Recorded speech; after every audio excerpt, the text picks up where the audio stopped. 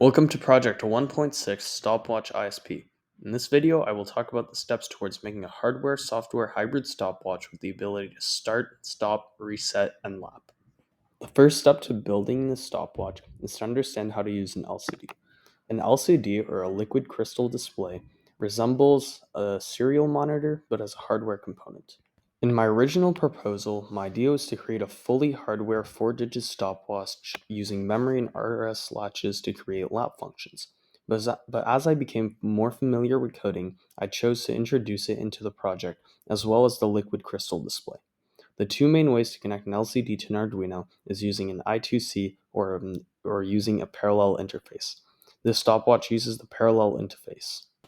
To connect an LCD to an Arduino Nano, start by connecting the RS, EN, D4, D5, D6, and D7 pins to the digital pins of your Nano.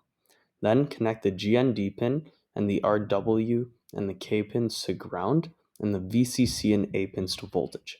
Finally, connect the contrast pin to a potentiometer to control the contrast of the letters to the display. Pins D0, D1, D2, and D3 are only used for larger projects and should be left alone for the stopwatch. To build the prototype, you also need to build some hardware components.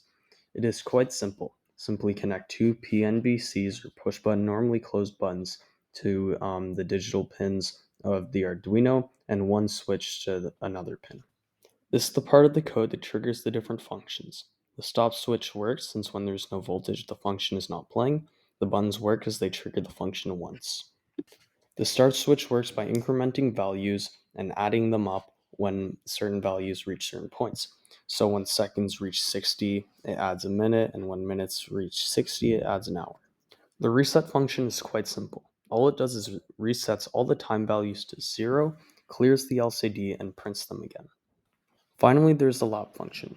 There's a lap count, which when equals 0, triggers the lap function and prints out the values in the row below and sets the lap count to 1, ensuring that only one lap is printed. Now that the breadboard prototype and code fully work, it is time to solder onto a permaproto and finally into a holder.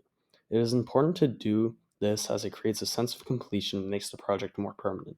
When heating the solder onto holes, make sure not to keep it there for too long as not to burn the parts. One of the main issues I came across when soldering was improper connections. You will know that your data pins are faulty if the LCD is displaying random characters, and if displaying the right characters but inconsistently, it is likely a bridging issue or a connection between the Arduino Nano and hardware components. Once all this has been done, simply screw the permaproto into a case and holder, and you will have a fully functional stopwatch circuit.